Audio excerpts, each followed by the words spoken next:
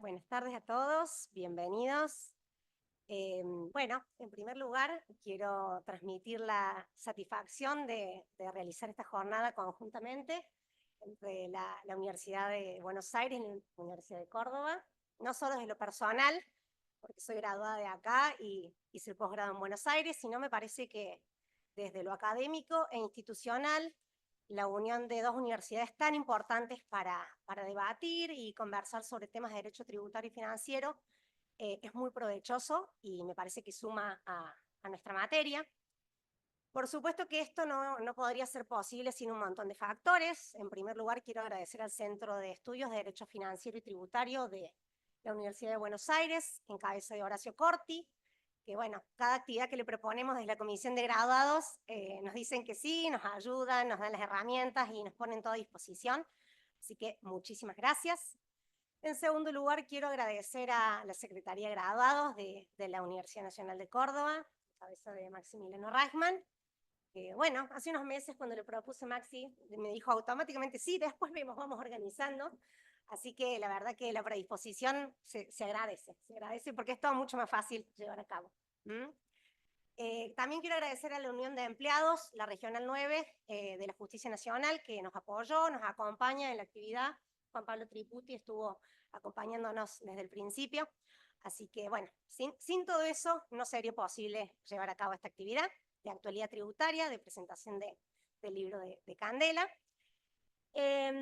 Ahora bien, voy a hacer una presentación. Ahora, en primer lugar, van a hablar los representantes de la Comisión de Graduados de Buenos Aires, Eduardo Lauzzi y Harry Schurig.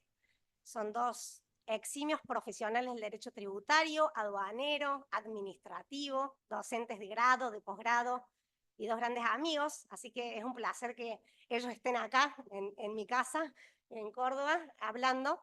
Y bueno, y después Maxi hará la presentación por la Universidad de Córdoba. Muchísimas gracias.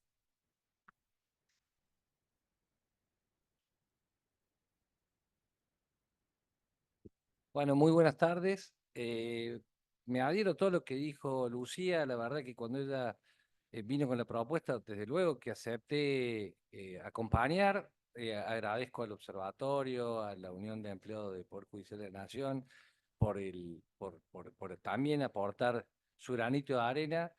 Le doy la bienvenida a la UBA, amigos todos, a Eduardo, que ya por segunda vez como Lucía hacemos una jornada en conjunto, a Harry, y no quiero dejar de mencionar a la presencia de Juan Manuel Álvarez Echagüe, que con su generosidad y amistad ha venido a acompañarnos presencialmente, por más que se vaya al fondo y se esconda. Eh, lo recibo presencial y remotamente a los amigos de Buenos Aires. Eh, y además una alegría porque estoy viendo caras de distintas cortes de nuestra especialización, ya llevamos varias y que se hayan sumado, hay gente de la segunda corte en adelante, no veo de la primera, y es bueno que nos acompañen. Es una alegría hacer esta segunda jornada de actualización, pero una alegría doblemente porque además presentamos ahora un libro de una amiga y además quien la presenta es un amigo, son dos compañeros de cátedra, los profesores Jorge Aguirre Mosquera y Candela Maldonado.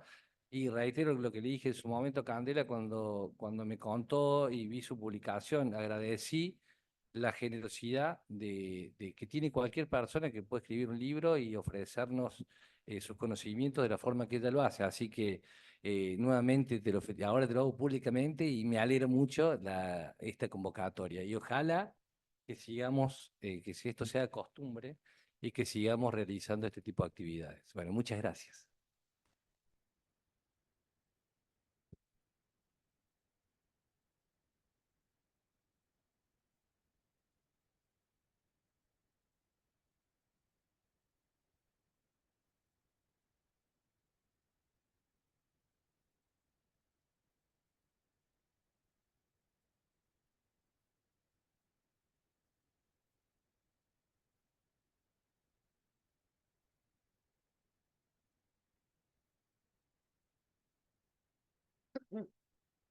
Bueno, ¿qué tal? Buenas tardes.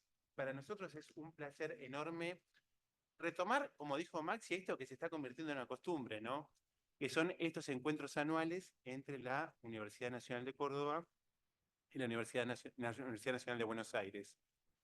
La verdad que es un placer gigante, en primer lugar, porque un poco demuestra un efecto colateral que tiene el derecho tributario, que es el de favorecer los contactos y relaciones entre las personas de los distintos lugares.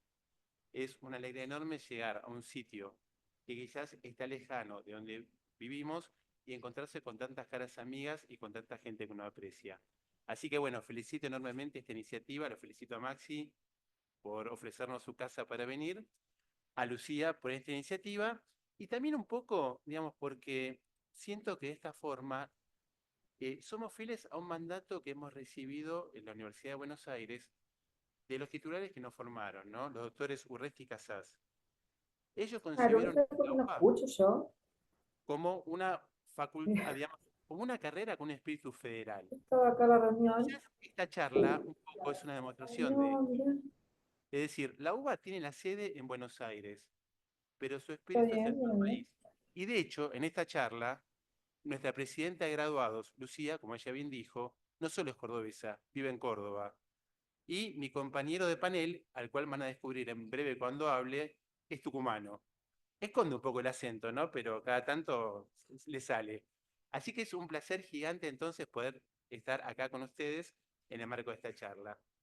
Y el tema que me toca tratar a mí es un tema de bastante actualidad, ¿no? Un tema que, a ver, ha sido aprobado hace poco, eh, costó su aprobación, pero todavía no se han despertado muchas polémicas acerca de su implementación. Con lo cual, la idea cuál es? Es explicar un poco en qué consiste el RII, que es el tema que vamos a tratar, y también analizar desde el punto de vista jurisprudencial algunos escollos que pueden surgir en el camino a la luz de la jurisprudencia de nuestra Corte Suprema. ¿Qué es el RII? Y según la Ley de Bases y Puntos de Partida para la Libertad de los Argentinos, es un régimen de incentivo para grandes inversiones, ¿sí? Es un régimen que trae como, a ver, ¿qué es lo que puede resultar atractivo para las grandes inversiones? Este régimen, que se le da un tratamiento diferenciado desde diversos puntos de vista a las inversiones que se efectúen. Ese tratamiento diferenciado es en materia cambiaria, es en materia de la libertad, digamos, la no prohibición de exportaciones o importaciones, y también conlleva una serie de beneficios tributarios. Beneficios tributarios que implican una discriminación. Es decir, perfecto. ¿Tengo que empezar de vuelta? Bueno. Decíamos entonces que este régimen que va a traer una cierta cantidad de notables ventajas impositivas. Que lleve ventajas impositivas implica que haya muchos otros que no las van a tener. Es un tratamiento diferenciado, un tratamiento discriminador, ¿sí? Y sobre eso vamos a ver algunos fallos de la Corte, sobre todo teniendo en cuenta qué es lo que puede pasar en un futuro. Es decir, a ver, qué puede suceder más adelante con, digamos, la posición que va a adoptar la justicia en el supuesto caso que haya algún tipo de impugnación respecto a este régimen. Bueno, como decíamos, es el régimen de incentivo para grandes inversiones, tiene un sujeto, digamos, que es el que va a constituir su protagonista, que son los vehículos únicos para proyectos, los que la ley denomina BPU, ¿sí? Estos vehículos únicos para proyecto no son empresas, sino, digamos, son activos que son aplicados para la consecución de determinados fines. Es decir, el beneficio del RII no se le otorga a una empresa, se le otorga a un proyecto, ¿sí? Y, y a los bienes que se inviertan en pos de la consecución de esos objetivos. El RIGI no es, digamos, es un régimen que se aplica solamente a ciertos aspectos puntuales de la economía. Tiene como objetivo fomentar, por un lado, la producción industrial forestal, la producción siderúrgica, la infraestructura, tecnología, turismo, energía, petróleo y gas. Es decir, solamente en esas áreas se puede aplicar para obtener este régimen de incentivos. ¿Quiénes pueden conformar quiénes pueden conformar este vehículo único para proyectos, la ley establece que pueden ser sociedades anónimas unipersonales, sociedades de responsabilidad limitada, sucursales de empresas radicadas en el exterior. Incluso la ley abre la puerta a concesionarios de, digamos, de obra pública o concesionarios de servicio público que estén en competencia con otros concesionarios. Es decir, aún en esos casos, ellos también pueden aplicar para el RIGI, ¿sí? El plazo para incorporarse es de 2 años, dando la posibilidad de un tercer año. Cuando se presente el proyecto, tiene que ser aprobado por la autoridad de aplicación, que es la que va a considerar si corresponde o no otorgarle ese régimen, digamos, privilegiado, si se quiere, a estas inversiones. El monto mínimo de la inversión que tiene que realizarse para poder ingresar en este régimen, la ley establece que el monto mínimo son 200 millones de dólares, pero deja la puerta abierta a que en determinados rubros se suba ese monto mínimo, ¿sí? Es decir, 200 millones de dólares es el requisito que establece la ley para cualquier caso, pero prevé que en algunos supuestos se incremente ese monto. Va a haber un techo, es decir, en ningún caso el RIGI puede reclamar o puede establecer una suma superior a los 900 millones de dólares. Al mismo tiempo, también trae una obligación que es la de efectuar inversiones en un cierto plazo. La ley prevé que en los 2 primeros años, desde que se produce la adhesión de ese vehículo único de proyecto a este régimen, tiene que invertirse el 40% del monto que se ha comprometido a invertir, digamos, ese sujeto que se ha incorporado a este régimen. Es decir, establece que en un plazo de 2 años el proyecto tiene que avanzar en esa dirección. Si no llega a suceder, digamos, se puede producir la caída de este régimen. Al mismo tiempo, otro requisito que tiene es el largo plazo. Es decir, los proyectos tienen que exceder el plazo de 10 años. Otro de los objetivos del RIGI, claro, y que tiene que ver mucho quizás con nuestra historia institucional, ¿no? También que está planteado en la ley de bases, es establecer certidumbre respecto al tratamiento de las inversiones. Y también en otro apartado habla de promover la seguridad jurídica. Es decir, en primer lugar es repetitivo. Y estamos hablando de inversiones, ¿no? Es como que uno podría pensar, bueno, ¿qué tiene que ver? Y tiene que ver porque no es el primer régimen de este tipo el cual nuestro país, digamos, ha creado. Y que en regímenes anteriores ha habido, en algunos puntos, conflictos sobre esto. Vamos a ver algunos fallos ahora, vamos a ver unos pocos fallos de la Corte en los cuales se habla sobre el tratamiento a estos regímenes especiales, ¿no? Y qué es lo que ha dicho la Corte. Y luego, posteriormente, vamos a ver cuáles son esos beneficios, concretamente desde el punto de vista impositivos, que se le otorgan a aquellos sujetos que se incorporan a este régimen. En el fallo Unola de Argentina Limitada contra YPF y otros, la Corte establece, es un fallo de año 1998.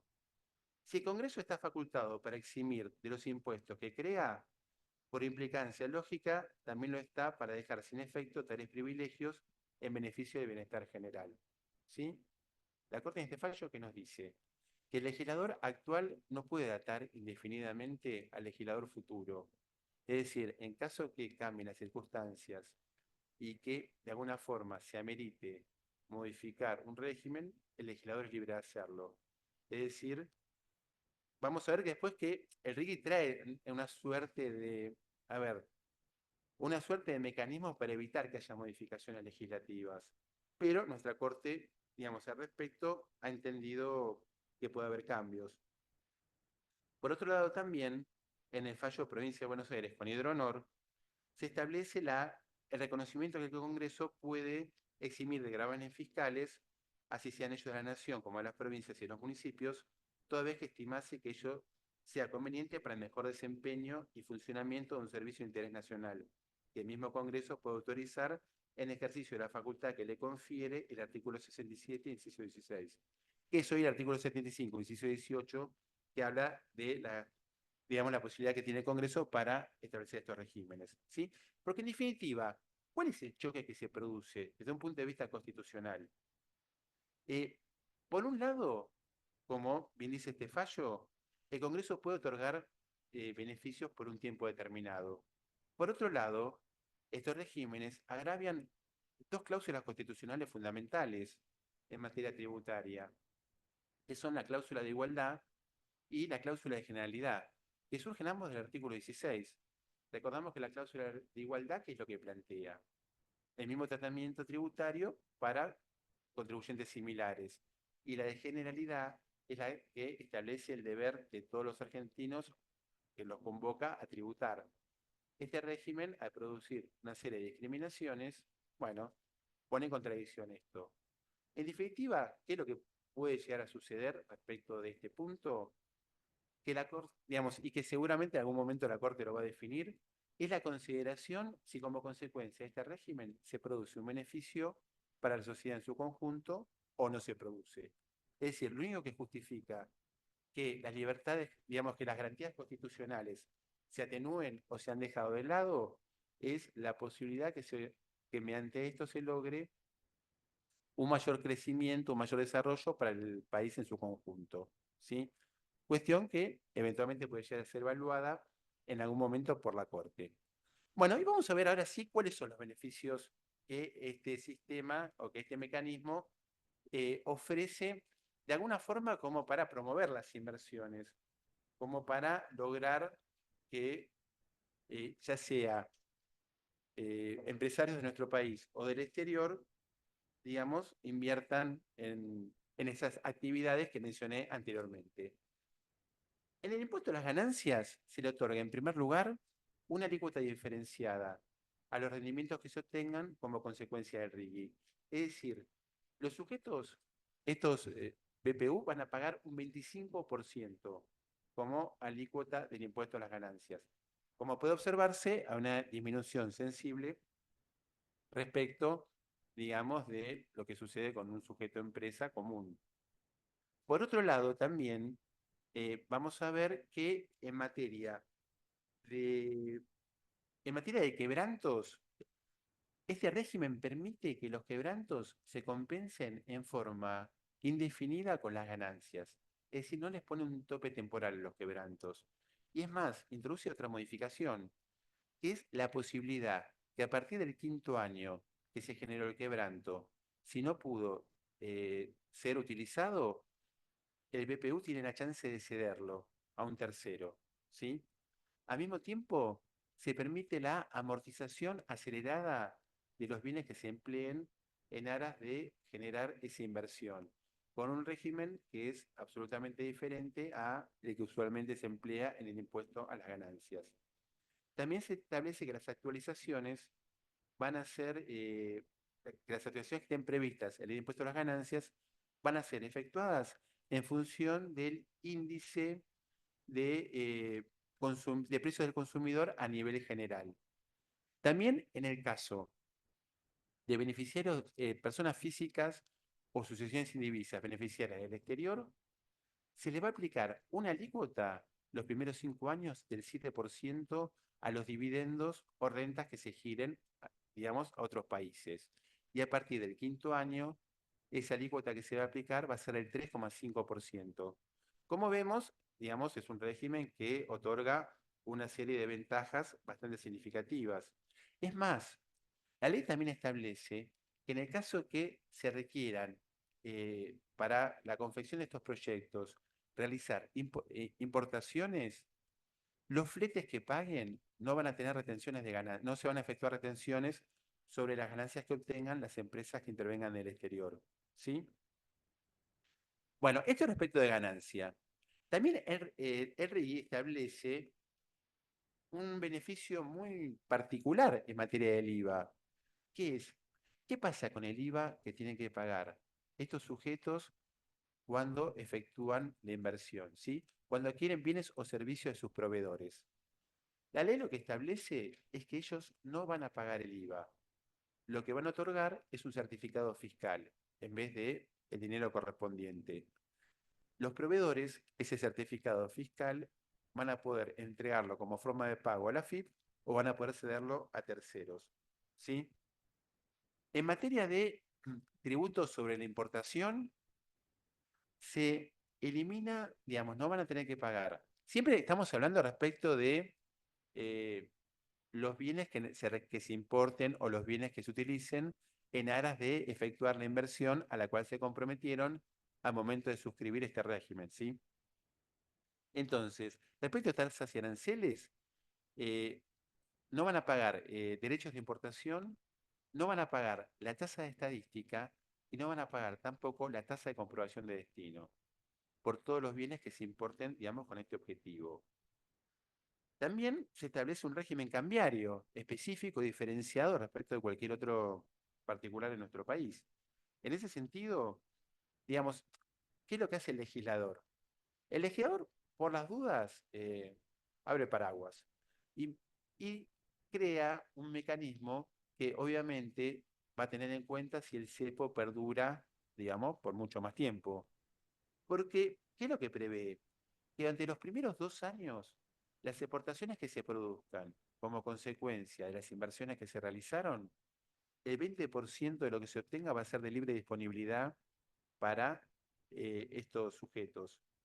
A partir del tercer año, la suma se va a incrementar a un 40% y a partir del cuarto año va a ser de un 100%, va a ser de libre disponibilidad.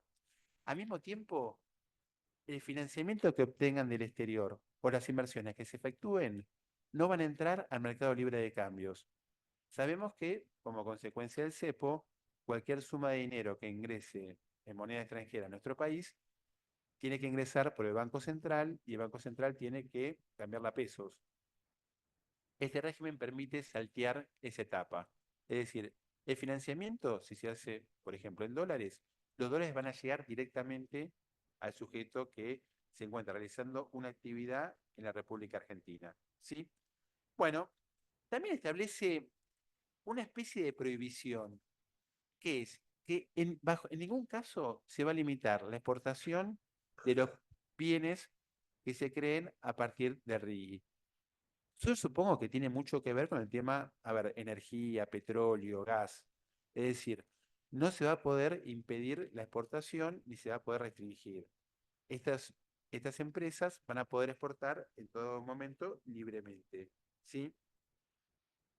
El RIGI establece un plazo de 30 años.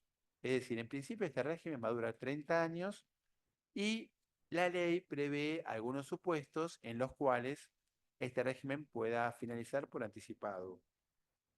Encontramos, en primer lugar, si finaliza el proyecto. En segundo lugar, en caso de quiebra, ¿no?, del sujeto.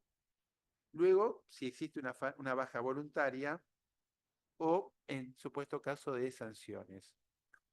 Y también, por último, y para ir ya concluyendo, a ver, concluyendo con esta primera aproximación, ¿no? Seguramente los aspectos más interesantes desde un punto de vista jurídico lo vamos a ir viendo en la medida que se vaya aplicando y se vayan creando conflictos. Vamos a ver qué es lo que pasa, a ver, digamos, ¿no? Una previsión que tiene la ley es qué sucede si el día de mañana u hoy en día hay un conflicto de interpretación entre este sujeto que efectúa la inversión y la autoridad de aplicación. La ley prevé una serie de mecanismos que van a ser seleccionados a voluntad del BPU, a voluntad de este vehículo para el único proyecto. Entonces, en caso de que haya conflictos con la autoridad de aplicación, puede dirigirse al arbitraje de la Cámara de Comercio Internacional o también puede dirigirse al convenio sobre arreglo de diferencias relativas a inversiones entre estados y naciones de otros estados, ¿sí? Otro pacto. Es decir, prevé la posibilidad de que apliquen a arbitraje internacional. Por último, la ley tuvo una prudencia, digamos que otros regímenes no han tenido, que es el de respetar las jurisdicciones locales. Hay una invitación, digamos, a las provincias, a los municipios para que adhieran a este sistema, pero a diferencia de otros regímenes, no lo hace en forma obligatoria, ¿sí? Bueno, con lo cual tenemos, entonces, en definitiva, un mecanismo que busca alentar las inversiones y que el medio que tiene, el medio que presenta para lograr este objetivo es otorgar esta serie de beneficios que hemos analizado así en forma muy sucinta, ¿sí? Bueno, les agradezco la atención, ¿sí? Muchas gracias.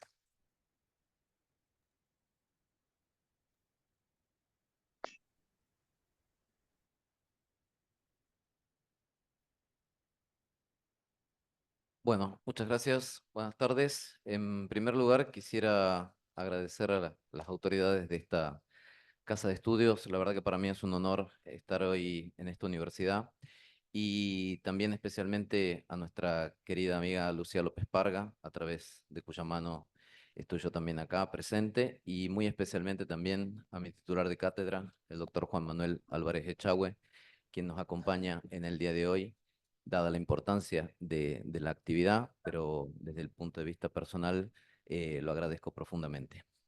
Básicamente, la idea de la presentación de eh, mi, mi intervención en esta jornada es introducir algunas ideas sobre la particular naturaleza que tiene el derecho aduanero en comparación con el derecho tributario. Tradicionalmente, el derecho aduanero no ha tenido un desarrollo en los últimos tiempos tan significativo como el derecho tributario y se encuentra absorbido dentro de él. De alguna manera, se entiende todavía que el derecho tributario contiene al derecho aduanero cuando éste ya desde hace muchos años lo ha exorbitado, por utilizar una palabra que emplean los administrativistas cuando se refieren a la relación con el derecho civil. Y eso está dado porque el derecho aduanero cumple con los 3 niveles de autonomía que está dado por la ciencia, que son las autonomías dogmáticas, la estructural y la didáctica. La autonomía dogmática está dado porque el derecho aduanero tiene principios propios que lo impulsan, como por ejemplo la facilitación del comercio, cuestiones vinculadas a la confianza que la aduana tiene en las declaraciones. Tiene una estructura propia el derecho aduanero, tiene institutos propios, así como el presupuesto es un instituto propio del derecho financiero. La noción de territorio aduanero o importación o exportación es propia del derecho aduanero. Y también tiene una autonomía didáctica, aunque si bien hoy no está dada por cátedras en las universidades, sí está dada por una intensa actividad científica a nivel internacional, desde incluso la Academia Internacional de Derecho Aduanero, a nivel regional, con la Academia Latinoamericana de Derecho Aduanero, recientemente fundada, y con múltiples posgrados y cursos e investigaciones e institutos que hay a través de los distintos países. Y básicamente lo que quiero hablar es de la diferencia profunda desde lo tributario y desde el hecho imponible que se presenta entre ambas materias, como forma de que se vaya entendiendo que esta separación que se produce entre el derecho aduanero y tributario es lo mismo que ocurrió en su momento con la postura de Giuliani von Rusch con relación a la separación del derecho financiero del administrativo y el de Horacio Galce Belsunce con relación del tributario con relación al financiero. Desde el mismo concepto de hecho imponible, en donde para el derecho tributario interno, por así decirlo, resulta que uno de sus elementos esenciales es el elemento objetivo, en donde tenemos la conducta, la base imponible y la alícuota, para el derecho aduanero no está tan claro. Usualmente se utiliza un texto de Lucchi, Derecho Constitucional Tributario, en donde Lucchi sostiene que la base imponible no hace al hecho imponible, sino que es un elemento de la liquidación, es decir, está externo al hecho imponible. Con lo cual, si está fuera del hecho imponible, no necesita ser regulado por ley. Técnicamente, entonces, la base imponible, junto principalmente con la alícuota, que es lo que quedaría fuera del hecho imponible, que es el elemento de la liquidación, perdón si dije mal recién, la alícuota, estaría fuera del hecho imponible y por lo tanto podría ser fijado por un instrumento no legal. Sin embargo, en derecho tributario interno, la alícuota siempre está fijada por ley. Es muy raro que la alícuota no esté fijada por ley. Esto pasa excepcionalmente en impuestos internos a veces, pero la regla es que la alícuota está fijada por ley. En derecho aduanero, en cambio, la alícuota necesariamente tiene que estar fijada por decreto. ¿Por qué? Porque básicamente no existe una o dos alícuotas en derecho aduanero. Existen miles de alícuotas porque apuntan a cada una de los productos que se importan o exportan. Consecuentemente, esas alícuotas mutan todos los días y es imposible someterlo a un procedimiento legislativo a los efectos de lograr un cambio de alícuota mediante la ley. Entonces, ante esa situación fáctica de que es imposible fijar por ley la alícuota de los derechos de aduana, eso significa que se han intentado buscar soluciones alambicadas, como por ejemplo establecer un intento de delegación legislativa. Delegación legislativa que, si lo vemos desde el punto de vista tributario, es bastante dudosa de su constitucionalidad, porque muchos autores sostienen de que no se puede regular materia tributaria por vía delegada, al igual que tampoco se lo puede hacer por la vía de los decretos de necesidad y urgencia. Y además, no se ponen de acuerdo de cuáles serían los topes de esa supuesta delegación. Básicamente se establece entre un 0 y un 35%, por ejemplo, para derechos de importación. Pero eso es básicamente dar entre la nada y un todo. ¿Por qué? Porque Argentina no puede establecer más de un 35% de derechos de importación porque estamos sometidos al tope del GATT. Entonces, en realidad no existen esos parámetros, no hay tope, es entre lo mínimo y entre lo máximo que ya tenemos. En definitiva, la creación de alternativas intermedias, como por ejemplo lo que establece Camaronera Patagónica, soluciones de conveniencia, soluciones forzadas, no son lo más conveniente. También el derecho aduanero tiene particularidades, como por ejemplo el diseño del hecho imponible. En derecho tributario nosotros todos los tributos los tenemos ad valorem. Siempre hay una base imponible y un elemento de alícuota para la liquidación. Derecho aduanero tiene además los derechos específicos. Los derechos específicos tienen un sistema de cálculo por unidad de medida. Se fija, por ejemplo, $1 por cada kilo o 50 centavos de dólar por cada 10 litros. 0,25 centavos por cada unidad de producto. Y así se multiplica y se obtiene el monto a tributar. Eso no existe en derecho tributario.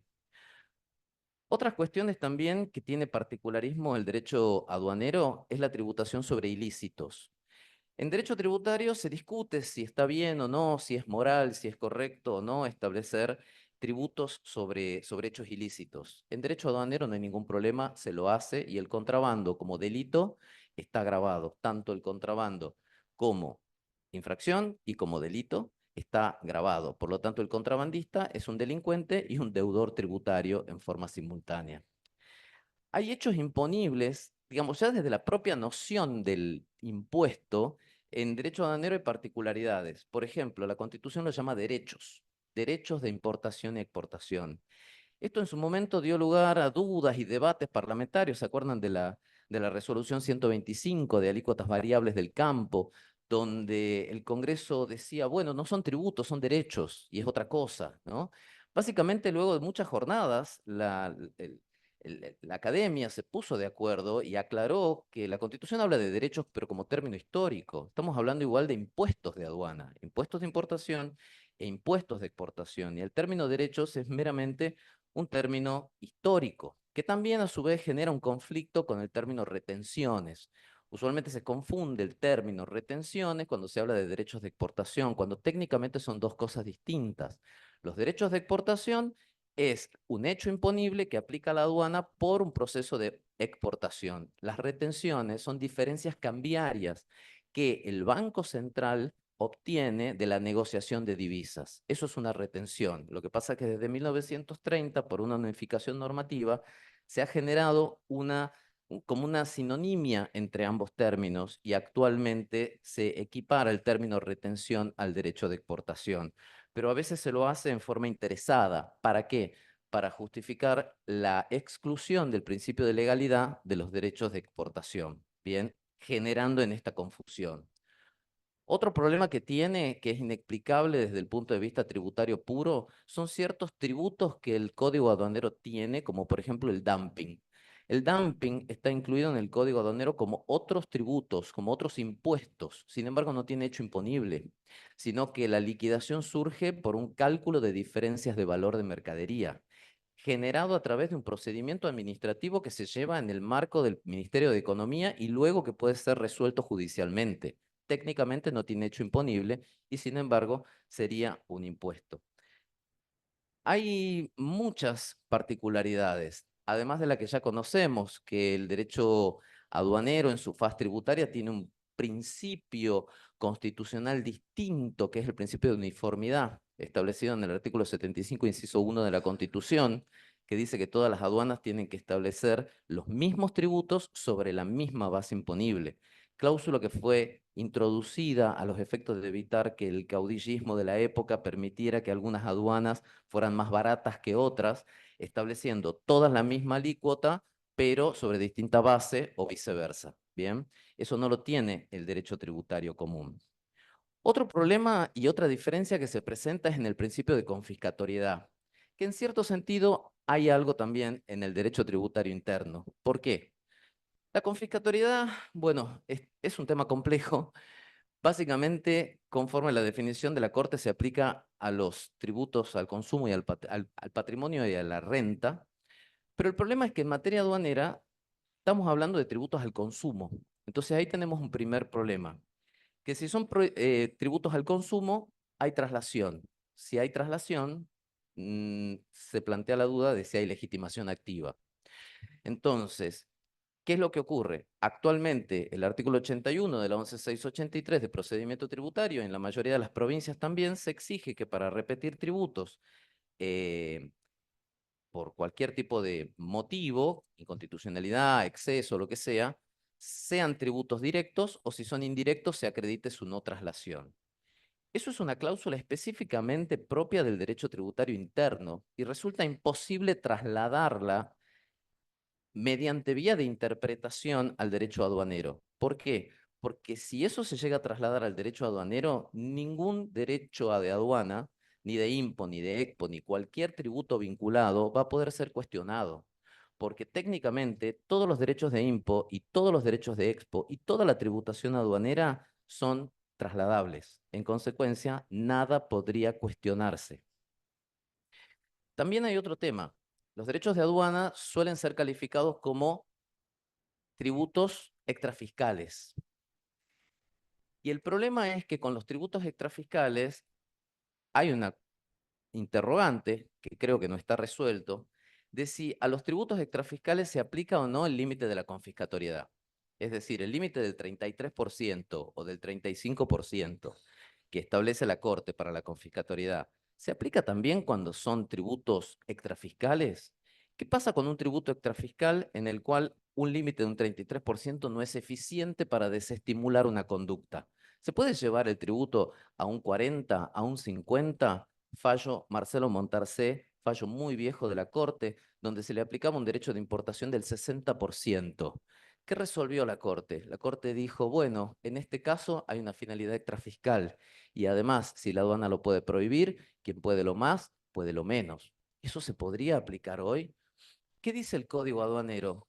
En materia de tributación, el máximo que puede establecer es del 600%, dice el Código Aduanero, en concepto de derechos de importación, cuando están fijados por decreto, artículo 666. Con lo cual, si la alícuota está fijada por ley, no tendría límite. Bien. Para ir redondeando un poquito. Hechos imponibles sobre conductas inexistentes. Una particularidad muy importante que tiene el derecho tributario es de tratar de limitar las ficciones tributarias. Las ficciones tributarias siempre se han visto como algo negativo. Camila Navarrine y Azorey siempre lo han planteado como algo absolutamente negativo, descalificado, siempre como una cuestión de interpretación limitada y restringida. Hemos tenido experiencias un poco nefastas con eso, tales como el impuesto a la ganancia mínima presunta, ¿bien? En donde después la Corte termina a través del fallo Hotel Hermitage diciendo que eso es violatorio de una realidad económica en la medida que se puede acreditar que no existe esa conducta que genera la riqueza. Lo mismo ha ocurrido con el fallo Mera, con la normativa que generaba que los pagos superiores a 1.000 pesos, ¿no? Ya estamos es como historia antigua y medieval, esta ciencia ficción, que no sean hechos por medios, que no sean hechos por medios instrumentados, como cheques u otro tipo de pago, sino que sean pagos en efectivo, se desconocían y no se podían deducir y por lo tanto no se podían imputar para ganancias o para IVA. La Corte en el fallo Mera también ha declarado que esa ficción, es decir, esa presunción iure de iure, es inválida en tanto desconoce una realidad económica. ¿Qué es lo que pasa en derecho aduanero? El derecho aduanero tiene todo un capítulo, tiene todo un espíritu y un contenido que se basa en la tributación sobre hechos inexistentes. Es decir, la tributación aduanera en gran medida se aplica sobre ficciones tributarias, en donde son creaciones iure de iure. Ejemplo, si un medio de transporte arriba a nuestro país un buque y un manifiesto de carga dice que trae 100 productos y en la descarga surge que hay un faltante de 5, la aduana lo considera importado para consumo a ese faltante, aunque no exista.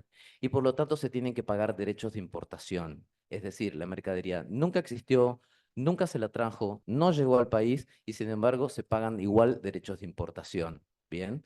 ¿Por qué? Porque así lo dice la norma. Porque el derecho tributario aduanero es muy formalista. Entonces, el mero error en el manifiesto general de la carga genera esas eh, consecuencias que en su momento yo lo he planteado de dudosa naturaleza tributaria, sino que más bien esas ficciones tributarias tienen en realidad una función punitiva de reforzamiento del castigo. Es decir, además de la multa que se aplica, esa multa se ve duplicada mediante un instituto tributario. Para ir terminando, como les dije, el derecho aduanero tiene sus propios principios de interpretación. Y entre esos principios de interpretación también están dados en materia de valoración de importación y exportación. Así como en derecho tributario hay principios de interpretación, como por ejemplo los precios de transferencia establecidos en el artículo 18 de la normativa. El derecho aduanero tiene sistemas de valoración propio para la importación, que es una noción teórica del GATT, y para la exportación, que es para la importación, que es la noción real del GATT, y para la exportación, la noción teórica de Bruselas, que está en el Código Aduanero. Lo cierto es que hay una metodología interpretativa propia para determinar el valor de la mercadería en el caso de exportación. Recientemente, el Tribunal Fiscal de la Nación en el fallo y posteriormente la Cámara Nacional Contencioso Administrativo Federal en el fallo Maltería Pampa, lo que hizo fue considerar que en realidad el derecho tributario del aduanero forma una sola cosa y que hay como un universo común de principios y de conceptos y que por lo tanto perfectamente podían trasladarse los principios de los precios de transferencia para valorizar mercadería en exportación, y así lo dispuso. Recientemente, la doctora Laura Monti, en su dictamen para la Procuración General de la Nación, estableció que eso no corresponde. Es decir, no se pueden asimilar ambas ramas, derecho aduanero y derecho tributario, tienen principios propios y las reglas de valorización de la mercadería en aduana no pueden ser desplazadas sin una justificación lógica y máxime cuando existen normas específicas por la regulación tributaria. Por eso, mi idea simplemente con esta exposición es de que consideremos que el derecho aduanero, si bien nació bajo la órbita del derecho tributario, como una fuente más de recursos para el erario público, es decir, como una fuente de tributos aduaneros, hoy lo ha exorbitado. Hoy el derecho aduanero tiene sus propias reglas, sus propios principios, sus propios objetivos. Ayuda a controlar el tráfico de mercaderías, de drogas, de estupefacientes, de animales en peligro de extinción, de patrimonio cultural, ayuda a controlar el terrorismo también de alguna manera. Entonces, la función excede lo meramente tributario, pero no solamente por una cuestión de función, por una cuestión de interpretación normativa. Por lo tanto, es necesario reconocer la autonomía para aplicar las normas conforme a esta regla y evitar forzamiento de las instituciones. Muchas gracias.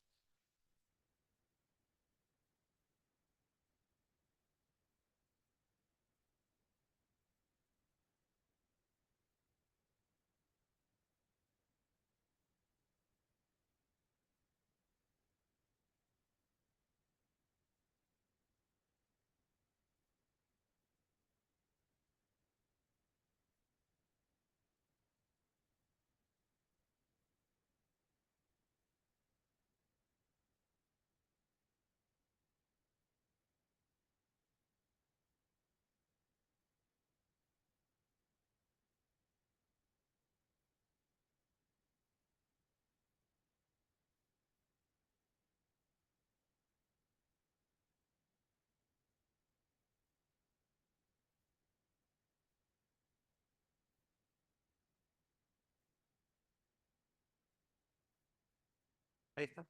¿Estamos? ¿Más cerca? Bueno. Buenas tardes. Terminé un porteño en Tucumán. Vamos a presentar el libro de una cordobesa, un sanjuanino cordobés por adopción. Un encuentro federal, jornada de actualidad tributaria federal. Agradecimiento desde ya a todos los organizadores que han sido nombrados, a los auspiciantes y fundamentalmente a la doctora Candela Maldonado por el honor sincero y la responsabilidad que implica su invitación a presentar su primer libro. También es primera vez que presento un libro. No sé cómo se presenta un libro. Quienes amamos los libros, sean literatura, sean obras científicas, sabemos que una portada no basta para adelantar ni siquiera la probabilidad de encontrarnos con una obra de calidad. Sin embargo, en este caso, esta tapa nos brinda indicios suficientes como para zambullirnos en el libro con bastante confianza.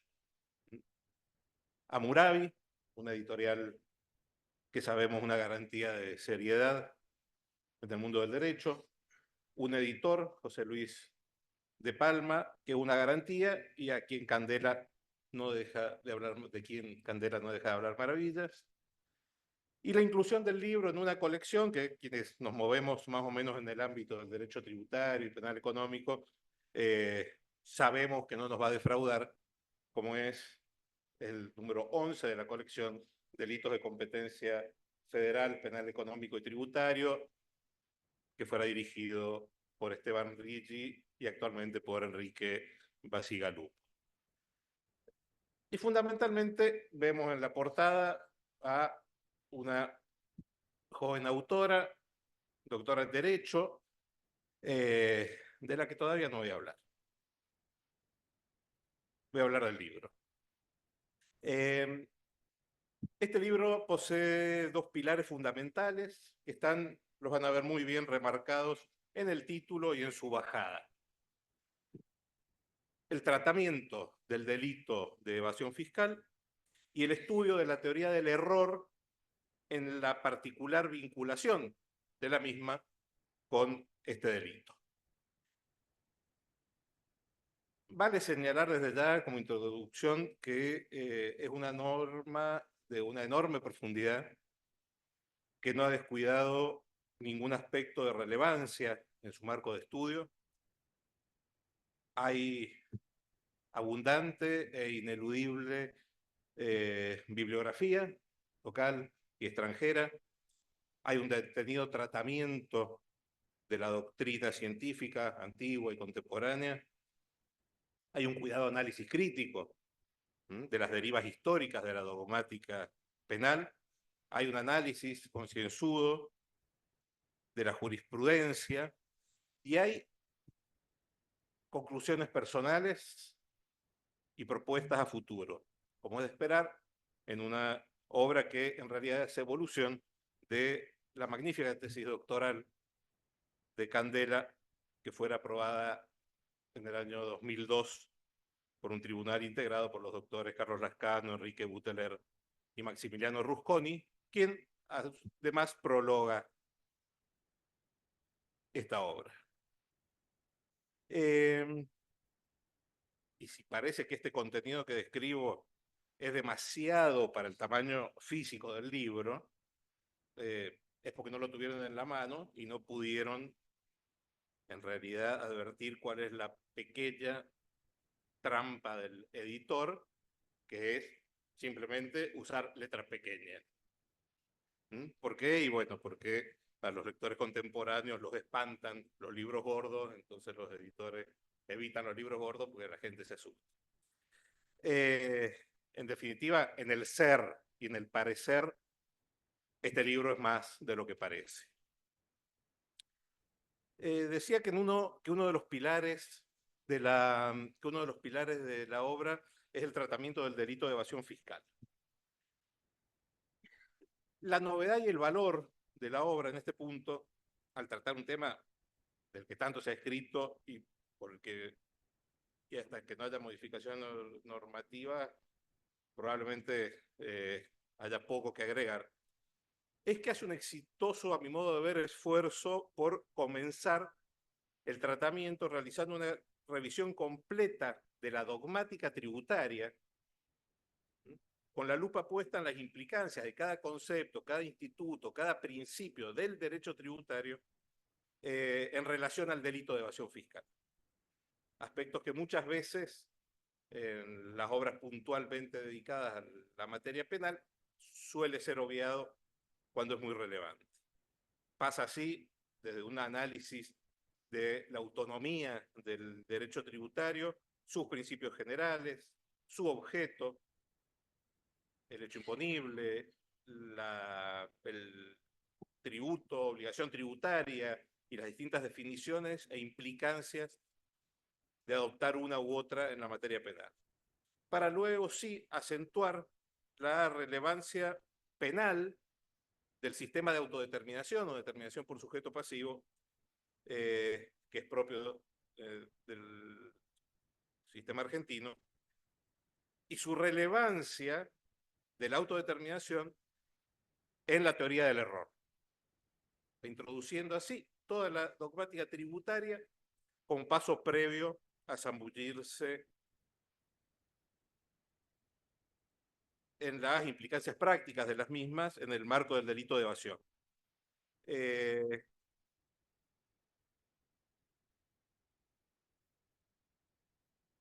Analizando obviamente la regulación vigente en la materia, en el derecho comparado, para terminar con elementos de incidencia relevante en lo penal que están reglados por el derecho tributario material, como es el caso de la extinción de la obligación tributaria y sus implicancias penales. Hecha esta revisión crítica de la materia tributaria como paso previo a analizar la materia penal, que no recuerdo haber visto así, por lo menos trabajada en otras obras sobre la cuestión, ingresa puntualmente en el análisis del delito de evasión fiscal, con un acabado estudio del elemento objetivo del tipo, su tipificación también en el derecho comparado, la naturaleza de los montos evadidos, tomando postura sobre ello, su elemento subjetivo doloso, para terminar señalando limitaciones que advierte desde ya en la aplicación de la teoría del error en el marco del delito de evasión fiscal. No soy un exégeta de candela, tengo algunas diferencias científicas con la autora, pero nada tan relevante para que venga el caso mencionado. Ya tomaremos un café y lo conversaremos. Pero ello nos lleva al otro pilar de la obra, fundamental. Probablemente,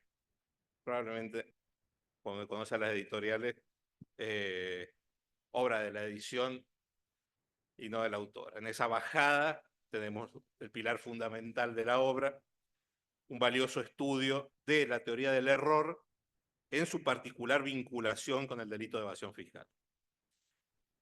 No voy a hablar puntualmente de este tema dogmático, porque sin ninguna falsa modestia me daría pudor hablar del tema delante de alguien que lo conoce con la profundidad que lo conoce Candela, y si creen que exagero, lean el libro.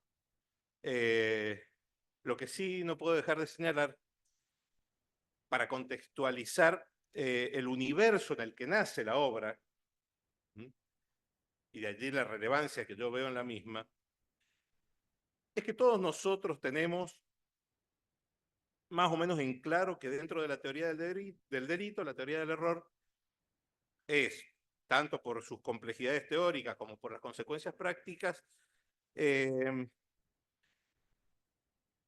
uno de los problemas fundamentales de la dogmática penal moderna, que aún procura suplir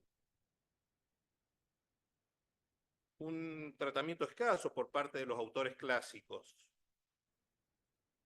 escaso tratamiento que obviamente no se daba por ausencia de conocimiento de parte de estos autores, sino por el contexto de su desarrollo en el marco de un derecho penal nuclear en el que se analizaban delitos de una naturaleza radicalmente distinta a los delitos económicos que hoy conocemos. Mayormente la teoría del error, desarrollada por los autores que formaron a varias generaciones, entre ellos la mía, es más, creo que por eso me eligió Candela, pensaba, decía, ¿por qué yo? Y porque, claro, soy bastante más viejo, me formé con otros autores, entonces, claro, no salió nuestro estudio en esta casa de Núñez, Soler, Fontán Balestra. Pero incluso ellos y muchos autores contemporáneos estructuraban sus teorías, como decía un querido profesor, en base a las conductas vinculadas al sexo y a la sangre. El error, la autoría, la participación, las ejemplificaban normalmente con cazadores, con bombas, con confusiones sobre la edad de las personas, etc. Y todo eso habilitaba reduccionismos, simplificaciones, aparentes certezas, aparentes soluciones universales. Creíamos estar ante certezas dogmáticas. Pero la complejidad de la evolución social y económica, la expansión del derecho penal, con nuevas figuras delictivas, receptadas en leyes especiales, en leyes accesorias, nos pusieron ante conductas que ya no eran tan claramente ligadas con la moral individual que tan notoriamente aparecía en esos delitos comunes que estábamos acostumbrados a analizar. Así, la nueva realidad es una política criminal ampliada, en la que nos encontramos hoy, orientada también a la prohibición de conductas lesivas de bienes jurídicos supraindividuales o difusos, mayormente vinculados con el orden socioeconómico, donde se tipifican novedosas formas de delincuencia en ese orden. Y en esa deriva nos deslizamos de un modelo de tipos penales fundados en elementos descriptivos a otros con una profusa utilización de elementos normativos y sectores en blanco. Elementos normativos que muchas veces nos exigen consultar regulación extrapenal, sectores en blanco en los que el mismo supuesto de hecho debe ser complementado por otra disposición legal, normalmente de inferior jerarquía, a veces de muy inferior jerarquía. Ahora bien, cuando aquellas aparentes certezas dogmáticas, puntualmente en la teoría del error, que es de lo que estamos hablando, se quisieron aplicar a estas novedosas y complejas normas penales, descubrimos, como dice mi amigo Mariano Longobardi, su problema de falta de plasticidad y su inoperancia en un sistema penal liberal. Se tornó evidente de golpe que las herramientas dogmáticas eficientemente creadas para analizar el error del cazador experimentado que un día prístino mata a su amigo en el bosque creyendo que era un ciervo, no nos servían demasiado para analizar el error de la persona física que compró dólares del mercado de cambios en violación a los códigos de conceptos A01, A02, A09, 11 y 12 del punto 6 de la comunicación A6770 del Banco Central de la República Argentina. Comunicación, por otra parte, que fue una de las 4.680 comunicaciones del Banco Central dirigidas a las entidades financieras, no al público, no norma general, solo durante el 2019, 4.680. Está claro entonces que la solución, la adaptación de esas herramientas dogmáticas no es sencilla, no podía ser sencilla. Y que aun cuando la teoría del error ha evolucionado, no lo ha hecho en una forma unívoca, sino en formas diversas para cada corriente penal. Y allí uno de los grandes temas actuales de la dogmática penal. Que en la práctica la adopción de una de esas diversas teorías hoy coexistentes y en pugna, sea quien sea el actor del proceso, sea el Ministerio Público, sea la defensa, sea el juzgador, quien elija una de estas herramientas, puede implicar la diferencia entre la condena y la absolución, puede implicar la aseveración de la culpabilidad o la aseveración de la inocencia. El problema es que problema, a mi modo de ver, es que al mero amparo de un modelo teórico se puede culminar justificando la condena de quien actuó sin conocimiento de la ilicitud de su accionar. De allí a defender la responsabilidad objetiva hay menos que un suspiro. ¿O qué hacen quienes condenan exigiendo que el autor sepa lo que en los hechos acontecidos no supo, sino acercarse peligrosamente a la responsabilidad objetiva? También, desde mi punto de vista, las dificultades de obtener prueba irrefutable, certeza sobre la concurrencia de un error de prohibición en un caso concreto, y mucho más dificultoso cuando se pretende luego, de hecho esto, formular el juicio de vencibilidad o invencibilidad de ese error, pone en muchos casos en severa crisis el principio de culpabilidad. Personalmente, como habrán intuido, no soy un enamorado de la dogmática penal moderna, no desconozco la necesidad de su desarrollo, no desconozco obviamente su relevancia, pero no dejo de advertir que algunos devaneos dogmáticos solo nos llevan a complejizar soluciones y a tornarlas en muchos casos peligrosas.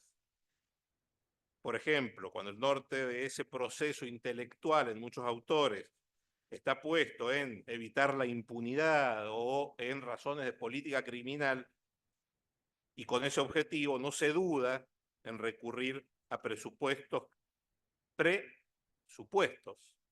que personalmente considero aberrantes en el ámbito del derecho penal, tales como persona razonable, hombre medio y similares.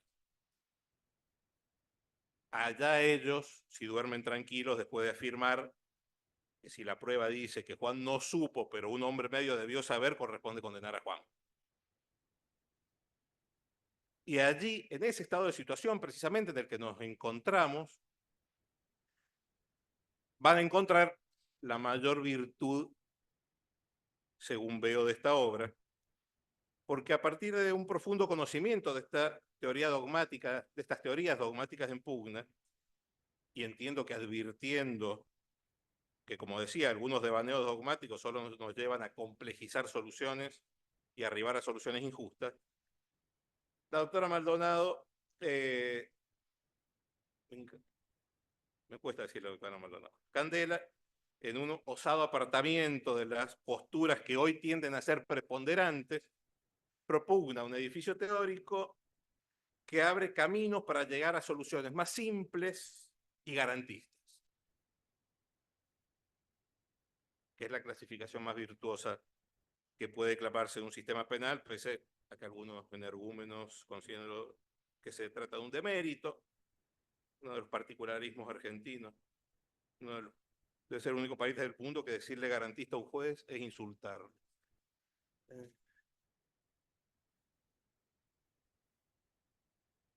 Solo agregar que ese disenso valiente, con posturas dogmáticas que comienzan a aparecer como dominantes, no es, obviamente, ni capricho, ni obstinación, ni mucho menos veleidad de la autora, porque no solo la construcción de su teoría es sólida y los objetivos son valorables, sino que entre tanta información analizada y que debidamente reseña para el lector, encuentra relevantes y gráficas particularidades en la jurisprudencia, poca jurisprudencia existente al respecto, de la que no voy a decir nada más para no spoilear la sorpresa. Disentir honesta y fundadamente con la mayoría, no conformarse, recurrir al pensamiento lateral buscar las respuestas en caminos tangenciales, que por ello suelen ser los más arduos, estando guiados por el objetivo de arribar al máximo respeto posible a las garantías básicas del derecho penal, sobre todo en una época de licuación gradual, cuando no abandono de las mismas, es lo que yo más valoro en un jurista, en una jurista, en esta jurista. Esta reconstrucción que propone de la teoría del error en el delito de evasión fiscal, su don de cómo, cuándo y por qué, lo va a explicar mejor que nadie la autora. La autora.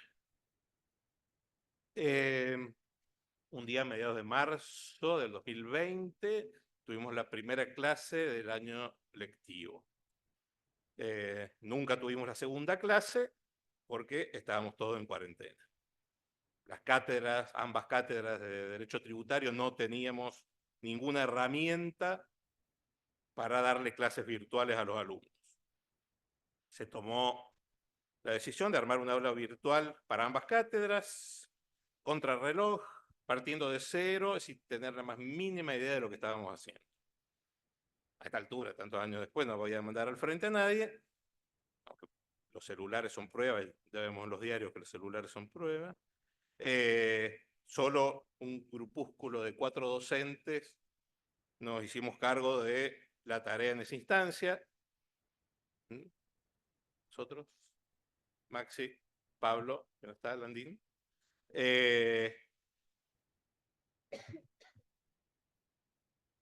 Y los otros 3, podríamos decir, dar fe que Candela Maldonado hizo ¿cuánto? El 60, 70, 80% del trabajo, por ahí, no importa. Cada extenso chat diario para tomar decisiones solía terminar más o menos con un no, dejá, yo me ocupo. Pidió clemencia en un momento para salvar su matrimonio. Cuando el aula virtual estaba íntegramente terminada, en funcionamiento, y en el 2020 se dictó toda la materia a todos los alumnos. Después del aula virtual, 2020, un doctorado en el 2022, este libro en el 2024, y por lo que sé, su esposo sigue estando ahí al pie del cañón, así que por algo será. Candela es una profesional, litigante, si quieren, una competidora. Es una querida y respetada profesora de grado, de posgrado, es doctora en Derecho, ahora es autora, es madre de hijos chicos, lo que pone una lupa distinta sobre todo lo demás que es. Y si alguien cree que no hace falta señalarlo, está equivocado. No sé, ¿plantaste un árbol alguna vez? Plantó un árbol, también plantó un árbol.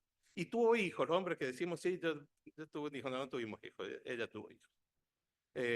Y plantó un árbol y escribió un libro. Puede que no le sume nada al libro, o sí, pero la autora sobre todo es una magnífica persona, es empática, es generosa, y esa persona es la que ha escrito con enorme mérito esta sólida y lúcida obra que presentamos y que recomendamos, y que lo haya buscado o no, probablemente no, evidencia que su talento jurídico, como dice también el doctor Rusconi en el prólogo, es una realidad que ya está impresa, y a su vez es una promesa de que no será la única de sus obras que vamos a tener en nuestras manos. Sus lectores, con un más pausado análisis de este profundo material, sabrán descubrir sus muchos méritos mejor que yo. Así que, bueno, agradeciendo otra vez la confianza, los dejo con el autor.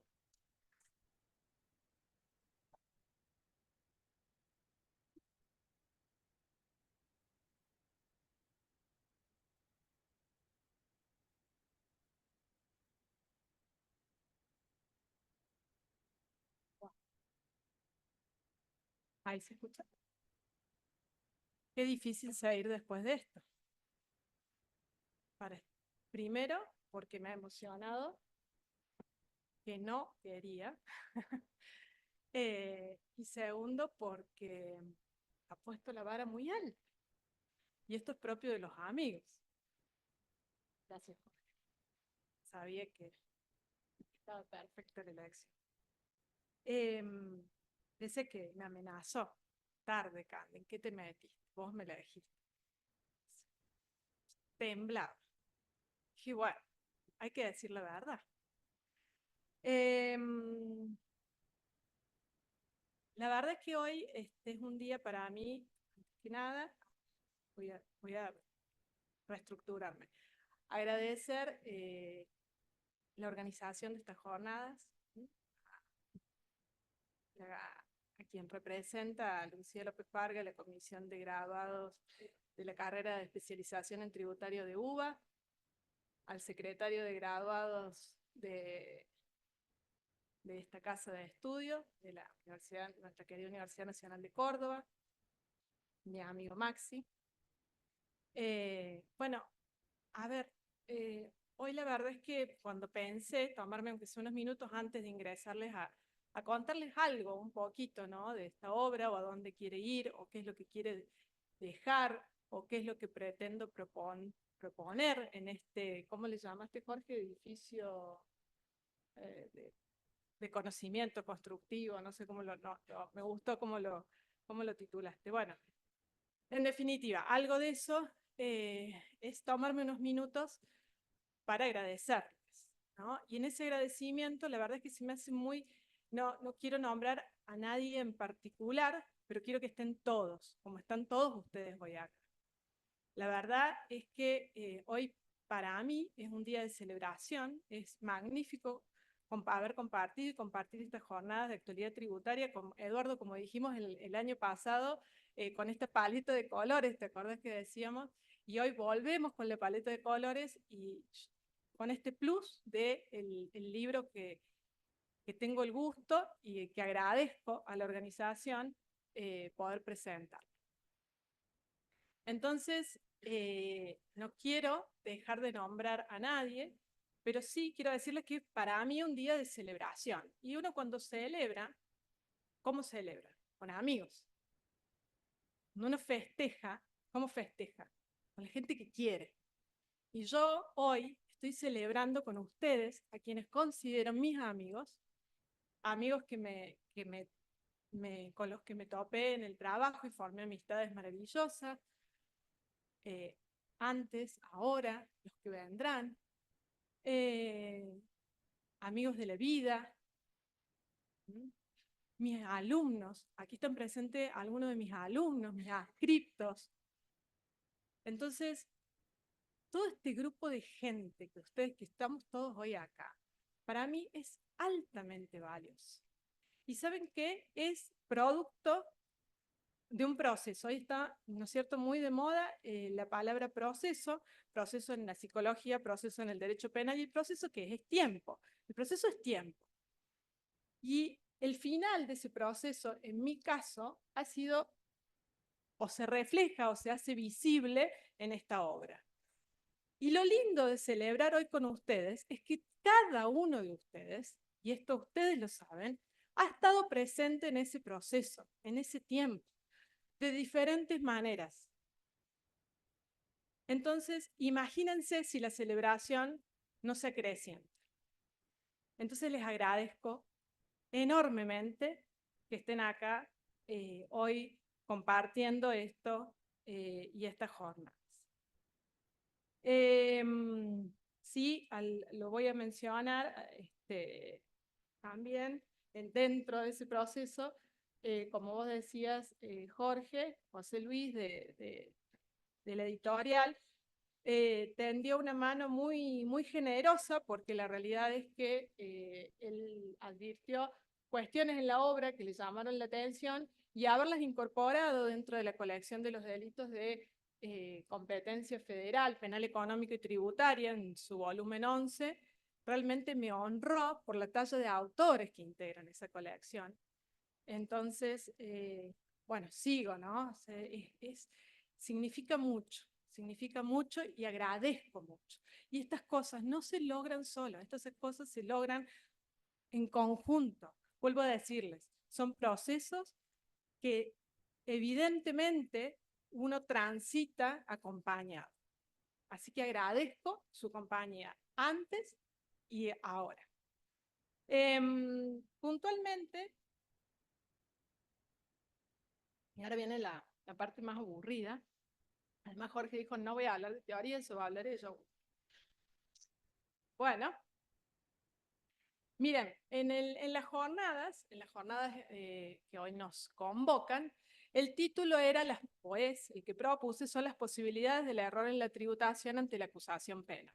Entonces, cuando uno habla de las posibilidades del error, lo primero que hay que preguntar es si hay posibilidades de errar en la tributación. Y, a ver, dividamos el título en dos partes. ¿Hay posibilidades de errar en la tributación? Extensas, difusas, amplias, cada vez mayores, por supuesto que cada vez mayores. ¿Por qué? Porque tenemos, a ver, no sé, esto es algo que surge a la vista, ¿no? Tenemos una dispersa y alta inflación normativa en el régimen fiscal que se extiende, ¿no?, en los tres ámbitos: nación, provincia y municipios. Tenemos normas jurídicas cuya interpretación técnica necesitan del profesional experto. El sistema tributario no es amigable, no es intuitivo. Claramente que no lo es. Ni siquiera lograr una inscripción dentro del mismo régimen de AFIP. Tal vez podemos estarnos confundiendo, equivocando y recurrimos al profesional experto. Se los bajo desde ese nivel hasta cuestiones mucho más complejas. Sumémosle cada vez el incremento de débitos instrumentales que pesan sobre los sujetos pasivos de la relación jurídica tributaria. Débitos formales, en aras de lograr o mejorar la recaudación tributaria. De manera que a veces pienso que aún queriendo tributar bien, puede ser que esté tributando mal. Entonces, la primera pregunta creo que la respondemos casi con facilidad. ¿Hay posibilidades de error en la tributación? Por supuesto que la hay. Ahora, la segunda es, ¿cómo se proyectan y qué tratamiento tienen frente a la acusación penal? ¿Logran encontrar una respuesta satisfactoria?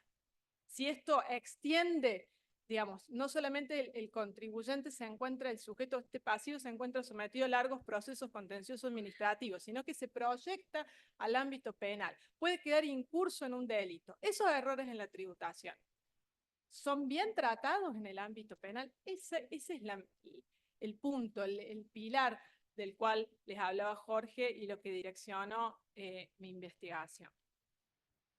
Y adelantándoles una respuesta, observo que realmente la teoría del dolo y la teoría de la culpabilidad como las teorías del error, en el estado actual de la cuestión, no ofrecen una respuesta del todo satisfactoria a el tratamiento del error en el ámbito penal, fundamentalmente por cómo trabajan el elemento de la conciencia de la antijuridicidad.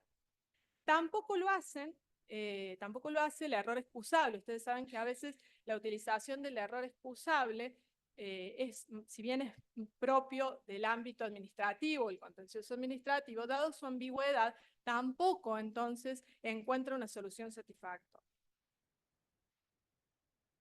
Entonces, uno podría decir que podría quedarse en una concepción del error de tipo bajo la idea de que es un elemento normativo, ¿no? Ahora, el aporte diferencial que yo busco, que es lo que intento, al menos introducir en el debate, es el referido a no tratar la obligación tributaria como un elemento descriptivo o un elemento normativo o un elemento de valoración global del hecho. Va más allá. Lo que quiero trabajar, lo que busco que se analice, es incluso la reconstrucción del dolo evasivo para a partir de allí construir la teoría del error, por ser el anverso de esta teoría. Bien. ¿Y cuál es el tratamiento? ¿No? Porque digo, observo que no ofrece soluciones satisfactorias. ¿Y por qué adelante esta opinión? ¿Cuáles son los fundamentos de esta afirmación, ¿no?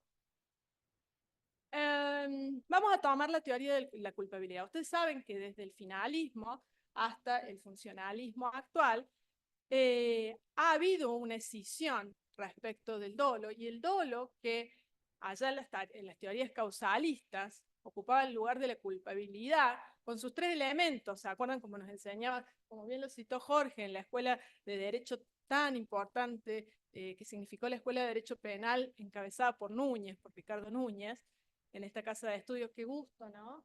Qué grandes juristas. Y bueno, fíjense, bajo esa escuela, yo recuerdo, nos enseñaban, bueno, el dolo tiene tres elementos: el elemento cognitivo, el volitivo y el valorativo. Esta escisión que empieza a hacerse desde desde el finalismo y que se concluye con el funcionalismo, que escinde el elemento cognitivo y el volitivo y lo lleva y lo constituye como un dolo avalorado, sin valor, sin valoración jurídica, sin el conocimiento de esa antijuridicidad, que lo traslada a la tipicidad subjetiva y deja ese elemento valorativo, es decir, el conocimiento del injusto, esa conciencia de la antijuridicidad, sobre todo el conocimiento y valoración de lo injusto, allá, en la culpabilidad, en el juicio de reproche. ¿Qué le permitió a la teoría de la culpabilidad, entonces, en este caso? Como una de las teorías del error, ¿no? Que son las que imperan actualmente en la dogmática penal nuclear. Distinguir tipos de errores. Entonces, hablamos de error de tipo o error de prohibición. Y el error de tipo, entonces, bajo la teoría de la culpabilidad y bajo esta concepción finalista del funcionalismo que les estoy haciendo mención, recae sobre circunstancias descriptivas de la tipicidad objetiva.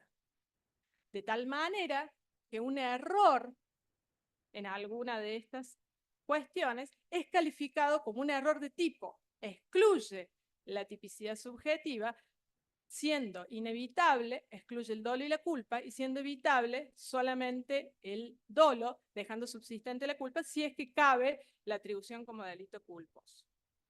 Ahora, en el caso del error de prohibición, si es analizado como error de prohibición, acá, como les dije recién, el error se va a producir sobre el conocimiento del injusto o de la antijuridicidad. O sea que en estos casos el autor tiene conocimiento de la realización del tipo, ¿bien? Pero actúa con dolo, ¿siguen? O sea, pasaron los estratos de la tipicidad. Tipicidad objetiva, tipicidad subjetiva, el hecho es antijurídico, no hay ninguna causa de justificación a su respecto. El autor actuó con dolo, con conocimiento de la descripción del hecho típico relevante, pero en la creencia errónea de que no infringe el ordenamiento jurídico, ya sea porque interpretó mal la norma jurídica, error de prohibición directo, o porque piensa que a su respecto concurre una causa de justificación, error de prohibición indirecta. Ahora, si el error de prohibición, vuelva a hacer la división, puede ser invencible o vencible. Si el error de prohibición es invencible, neutraliza totalmente ese juicio de reproche y por lo tanto elimina la culpabilidad, no siendo punible el hecho. Pero si el error de prohibición es evitable, es vencible, podría haberlo conocido, ese conocimiento de la antijuridicidad, solo atenuará o puede atenuar ese juicio de reproche e incluso la pena. Pero el delito se mantiene, igualmente se comete. ¿Y qué es lo que pasa? Acá es donde está la principal cuestión que yo advierto cuando analizo, como bien dijo Jorge, hay un capítulo dedicado a un relevamiento de jurisprudencia que incluso lo extendí al ámbito del delito penal cambiario, en algunos casos porque era muy escasa la jurisprudencia, hice incluso un trabajo de campo, pero era muy escasa la jurisprudencia que tratara el tema del error. Y eso también me hacía ruido. Digo, ¿por qué no se avanza más sobre este tema cuando les acabo de decir que las posibilidades del error en la tributación son tan amplias? Y pueden tener consecuencias, y tienen consecuencias en la instancia penal. ¿Y qué advertí?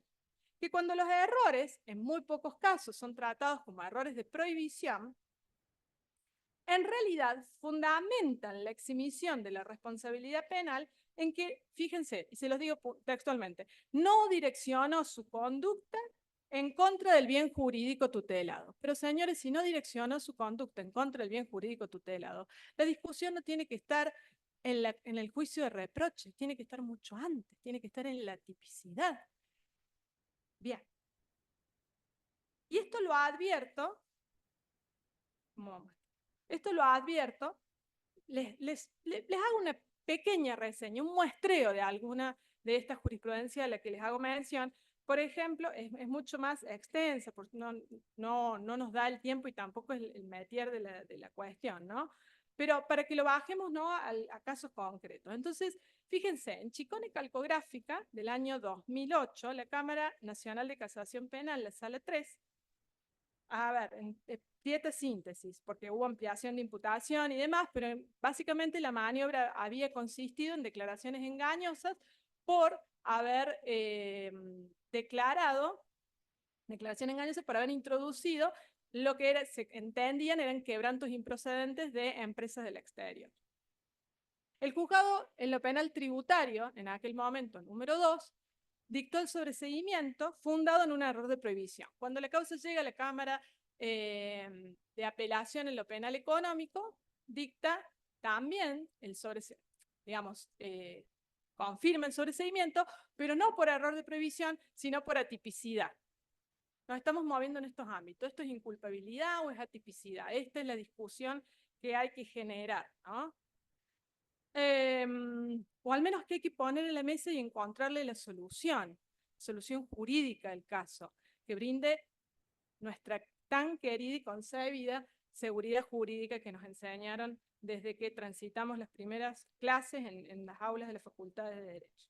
Entonces, fíjense, cuando llega a casación la causa, el análisis del caso vuelve a ser tomado como error de prohibición. Error de prohibición, tipicidad, no, error de prohibición. Error de prohibición invencible fundado en el asesoramiento profesional que había tenido, en este caso, el contribuyente. Pero fíjense que cuando lo fundamenta, dice, porque bueno, acapara el error de prohibición, pero a su vez resuelve por atipicidad, pero en estos casos lo hace porque dice, bueno, como para mí el contribuyente no quiso, fíjense ahí, ya estoy poniendo el no quiso, entonces no estamos hablando estamos hablando de la tipicidad subjetiva, pero bueno, como el contribuyente en realidad es incorrecto, sea correcto, no sea correcto su forma de tributar, no quiso defraudar, no se lo puedo tomar en cuenta para sumarlo al umbral mínimo de punibilidad y por eso lo excluye por atipicidad. Bueno, pero acá, el punto, miren la fundamentación bajo error de prohibición invencible que da la Cámara. Se los leo rápidamente. Dice, de modo alguno implica atribuirse una competencia material de la cual este tribunal carece, como ser la relativa a la determinación de la procedencia y exigibilidad del tributo, que en definitiva corresponde ingresar. Es decir, no es que yo me voy a meter, dice la Cámara, en decir si está bien o no lo que está tributando. Yo acá estoy analizando el delito. Y esto también se repite en otros fallos. Sino, tan solo pretende dejar de ver que no toda, y acá lo remarco, no toda diferencia de criterio con aquel que establezca el organismo recaudador para determinar el nacimiento y magnitud de la obligación tributaria, configura una conducta ardidosa. Tipicidad. Lo que les dije recién. Terminan fundamentando o subsumen como error de prohibición con fundamentos de atipicidad. Sigue, ¿no? Ello fundamentalmente, cuando como en el caso de autos, no se ha detectado situación alguna de ocultamiento de la realidad económica. Está hablando de todas cuestiones que desde un inicio no estuvieron presentes. Ven que entonces carece de sentido realizar luego un análisis correspondiente al error de prohibición propio del ámbito de la culpabilidad, que desde una concepción finalista, ya desde el finalismo de la estructura del delito, el juicio de antijuridicidad es posterior y solo procede justamente, como les decía recién, de sortear el análisis de la tipicidad. Entonces acá están diciendo, sí, sí, fue típico, pero no fue típico en los fundamentos. Y entonces excluimos con error de prohibición. Esto, en fallos más recientes, traigo a colación dos, uno de la Cámara Federal de Córdoba y otro de la Cámara Federal de La Plata, ya se advierte. Y entonces las resoluciones de los casos son precisamente sobreseguimientos por atipicidad. Pero no termina, a mi criterio, de dar esta fundamentación de por qué. Y ahora les voy a explicar qué es lo que propongo entonces en esa reconstrucción. Una de las causas es Gianico y Santa de la Cámara Federal de Córdoba, de la Sala A, del 2021, en donde, fíjense, ahí la divergencia en la interpretación estaba dada sobre las alícuotas que correspondían aplicar a las contribuciones patronales. Y en razón de ello, se habría configurado el delito de evasión fiscal. Y fíjense que la Cámara falla diciendo y hablando respecto de la falta de aptitud del supuesto engaño desplegado para inducir error al fisco, y por otro lado, dice la improbable circunstancia de que tal comportamiento se encuentre abarcado por el dolo requerido por la figura. Ya el dolo no lo atrapa, desde un inicio no está presente. Ese es el punto de quiebre en la propuesta que trato de esbozar en el libro. La Cámara Federal de La Plata, en los autos Fernández Vilas Ezequiel, de marzo del 2022, acá la diferencia interpretativa estaba dada por cómo debía liquidarse el impuesto, más específicamente cómo debía conformarse la base imponible del impuesto interno al tabaco y su adicional de emergencia. Y miren, solamente les leo, ¿no?, las conclusiones de la Cámara. Vuelvo a insistir, en estas últimas dos cuestiones se sobresee por atipicidad. Y dice, como corolario, podemos señalar que las deudas generadas por la contribuyente con el fisco por diferencias interpretativas entre ambas, contribuyente y fisco, pero sin haber sido llevadas a cabo mediante la utilización de medios ardidosos o maliciosos y demás elementos del tipo penal, dan sustento al reclamo por parte de los representantes de AFIP para el cobro de las sumas adeudadas, pero no a la configuración del delito. Y ahí está. ¿Qué pasa? En nuestro régimen penal tributario tenemos la posibilidad del paralelismo de vías. Por un lado discutimos en lo contencioso administrativo la deuda tributaria y por otro lado estamos sometidos a un proceso penal. Sin expedirme sobre eso, les marco un estado de cuestión, ¿no? Lo único que tenemos es la prejudicialidad en relación a la aplicación de las sanciones. Entonces, lo que se advierte, incluso fíjense, en estas dos últimas causas que les menciono, son causas en las que no solamente estaban tramitando en el contencioso administrativo, sino que tenían hasta medidas cautelares otorgadas. Entonces, esto revela lo que luego trasluce en los fallos en la instancia penal. Pero porque lo que está girando acá en torno a toda esta cuestión es que desde un inicio no hubo un dolo fraudulento. No existió la intención de defraudar que requiere el tipo de evasión fiscal para que como fraude especializado se eleve a la categoría delictual. Entonces, ese es el quiebre en mi propuesta. Mi primer planteo es esto que les decía. Reconstruyamos un dolo, reconstruyamos la concepción del dolo evasivo. Porque hasta ahora lo que, digamos, hemos visto respecto al análisis y clasificación del dolo es ver, bueno, si es dolo directo, dolo eventual, qué relación tiene el dolo con los medios ardidosos y los medios comisivos, pero no se ha ingresado, a mi criterio, en desentrañar cuestiones dogmáticas como qué tipo de teoría o concepto le estamos dando al dolo. y este creo que es el camino que debe comenzar a transitarse. Entonces, en ese camino lo que propongo es la conveniencia de adoptar un concepto normativo basado en el elemento cognitivo, sin descuidar, por supuesto, el elemento volitivo de la voluntad que lo presupone. ¿Y por qué sostengo esto? Porque advierto que las corrientes psicologistas o de la voluntad, por contraposición a las de la representación, las de la representación contienen un dato que es mucho más verificable en la analítica del delito y argumentativamente resulta controlable y contrastable. ¿Y cuál es ese elemento cognitivo? Y el elemento cognitivo, por supuesto, va a estar dado en el conocimiento que tenga el sujeto de la calidad de obligado y de los deberes que pesan a su cargo. Ahora bien, ambas cuestiones que les he hecho mención son elementos normativos. Necesitamos conocer del derecho de remisión extrapenal, es decir, del derecho tributario, con lo cual llevan en sí mismo esa valoración del conocimiento del injusto. Por lo tanto, hay una imposibilidad de escindir en materia, y acá está el quiebre, hay una imposibilidad de escindir, como lo hace la dogmática penal nuclear, como bien les explicó Jorge. Una cosa eran otro tipo de delitos, estos son diferentes. Es una imposibilidad de escindir, y me centro en el delito de evasión fiscal, pero puede ser llevado a otros delitos penal tributario o penal económico, la conciencia de la antijuridicidad del conocimiento y voluntad de incumplir con las obligaciones tributarias en este caso. En definitiva, su valoración, entonces, la conciencia de antijuridicidad, pertenece al dolo.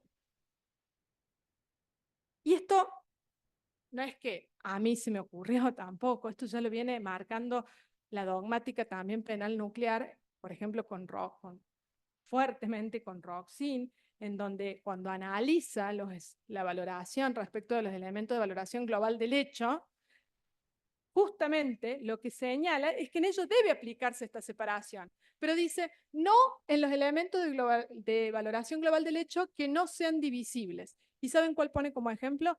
El conocimiento de la norma tributaria. El que estamos hablando. Schunemann sostiene que el concepto de la antijuridicidad en estos casos ha sido absorbido dentro de la dimensión objetiva del tipo. En definitiva, una concepción de un dolo malo, un dolo valorado, a como lo propone Jacobs. Ahora, este dolo valorado, a diferencia de lo que hacían las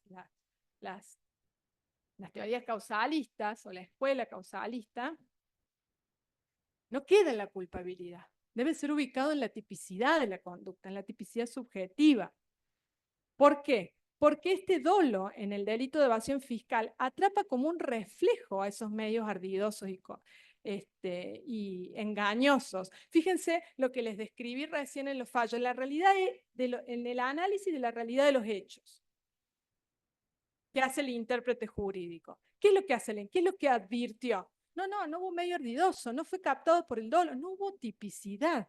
Entonces, este dolo en la evasión fiscal debe ser o debe estar ubicado en la tipicidad subjetiva. No desconozco que una de las principales cuestiones que se pueden alzar sobre esta cuestión es cómo lograr ese conocimiento actual, si llevo esa conciencia de la antijuridicidad que me es potencial en el juicio de reproche y que tiene que ser actual en el caso del dolo.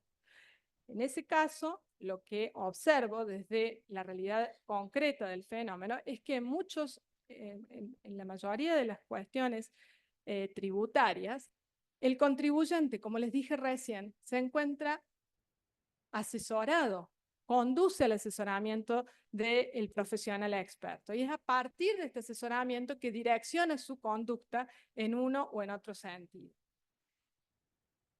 Entonces, entiendo que hay que concebir que los errores en la tributación deben ser conceptualizados como errores de tipo en cuanto excluyan este dolo valorado ubicado en la tipicidad.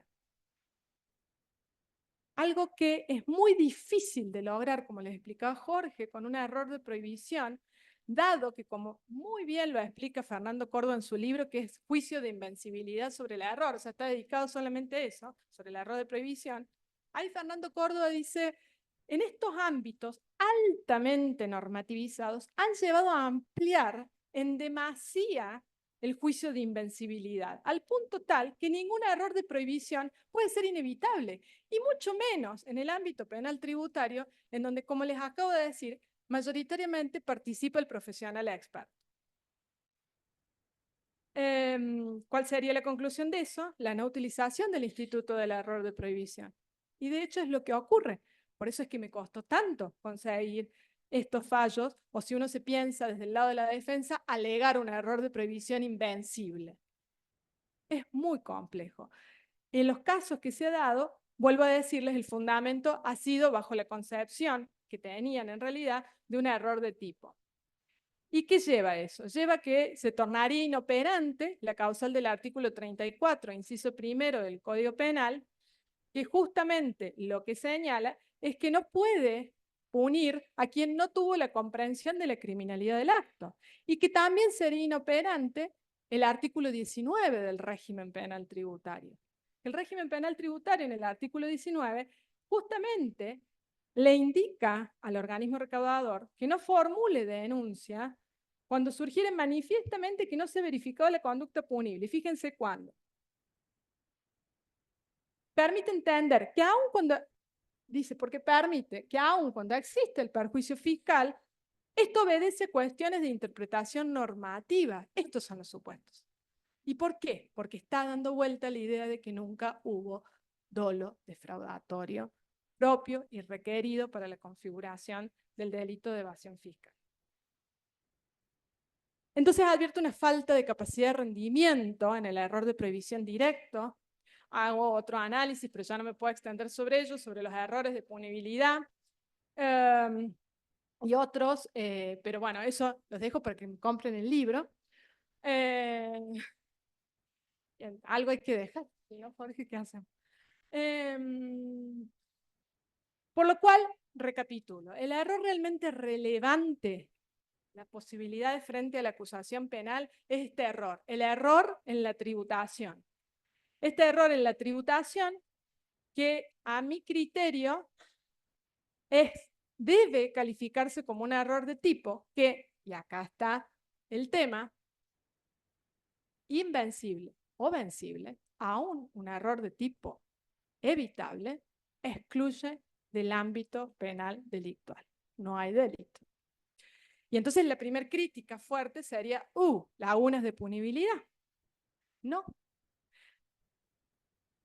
Creo que puede darse respuesta a ello, y a su vez tiene una doble intencionalidad esa respuesta, entendiendo que en la sentencia el juez penal debe hacer esta valoración, dejando explícito la existencia del error de prohibición, del error de tipo, puede ser evitable. Sí, podemos no entrar al juicio de invencibilidad que tan difícil se hace para alegar entonces la existencia de error en estos ámbitos penal tributario. Podemos hacerlo. No va a dejar subsistente el delito porque en el régimen penal tributario no tenemos delitos culposos, pero puede reconducirse al ámbito en que nunca debió haber salido, que es precisamente el ámbito infraccional, contravencional, la posibilidad de la existencia de culpa en el caso que, y con los límites que establezca en la sentencia el juez penal. Otra de las posibilidades, pero esta ya es una propuesta de ley ferenda, es decir, una propuesta de reforma, es atribuir esa posibilidad de elenco sancionatorio a la jurisdicción penal. Y esta sería mucho más cuidadosa de no afectar la vertiente del principio constitucional del non bis in idem, ni en su vertiente procesal, ni en su vertiente material. En definitiva, un error, que es un error calificado como error de tipo, que excluye un dolo normativamente construido bajo un elemento cognitivo, tiene mayor capacidad de rendimiento dogmático y de política criminal. Primero, porque exalta el principio pro homine y de derecho penal de mínima intervención. Desplaza y reconduce los errores evitables a su ámbito justo y proporcional del daño causado. da una mejor respuesta también a lo que son los problemas de la comunicabilidad de las circunstancias de la participación interna en los delitos, que descuida y es muy criticada cuando esta es analizada bajo la óptica del error de prohibición. Y sin lugar a dudas propende un mejor control de racionalidad de las decisiones jurisdiccionales. Por lo cual, y en definitiva, propugno, hago este edificio de construcción normativa respecto de la aplicación uniforme de una dogmática conceptual respecto de un error de tipo que excluye ese doble evasivo y que además tiende un puente interdisciplinario entre el derecho penal y el derecho tributario que aquel tiende a proteger. ¿Y saben qué es lo mejor de todo? Le da operatividad al sistema penal, o como yo lo llamo, al derecho penal tributario, porque el derecho penal tributario, el sistema penal tributario, no es solo delito, es contravencional. Y muchas veces esta parte se olvida. Entonces, hay que aunar estos ámbitos, no disociarlos. Esta dirección es transversal en el contenido de la obra del delito de evasión fiscal y creo que desde esta perspectiva torna a sí mismo verdaderamente operativas y puede abrir a la discusión y aplicación de las posibilidades que realmente tiene el error en la tributación frente a la acusación penal. Muchas gracias.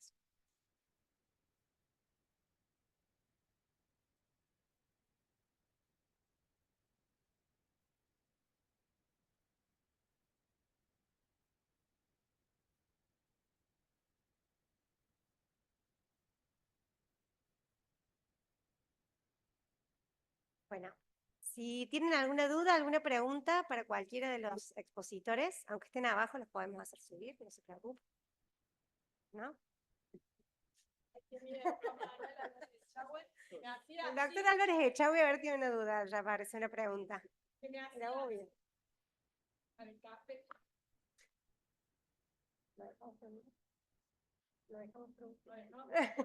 ¿Doctor? No. Sí, Mariana.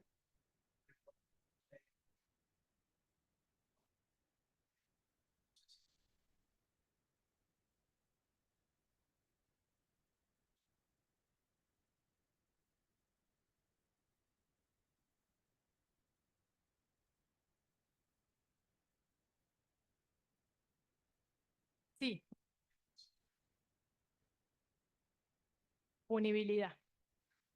Claro, punibilidad, y entonces ahí los errores de punibilidad mayoritariamente en la dogmática penal no tienen relevancia, sobre todo teniendo en cuenta cómo está estructurado nuestro sistema tributario, ¿no? Sería extraño una defensa por parte de quien diga, no, yo en realidad quería, o sea, realicé todas estas conductas, pero yo no quería llegar a ese monto.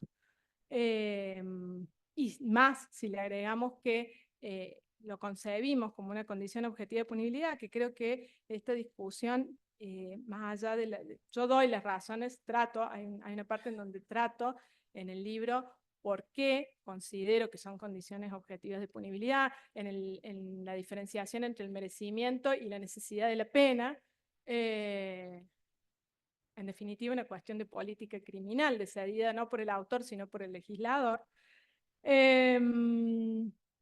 Considero que no son relevantes, no son esos los errores relevantes que podríamos llevar frente a la acusación penal. Por eso es mi conclusión que respecto al error relevante en materia penal es el error en la tributación. Bueno, gracias, Marian. Porque me diste la posibilidad de un poquito que no había llegado a... Tema que no había con el tiempo. Sí, no.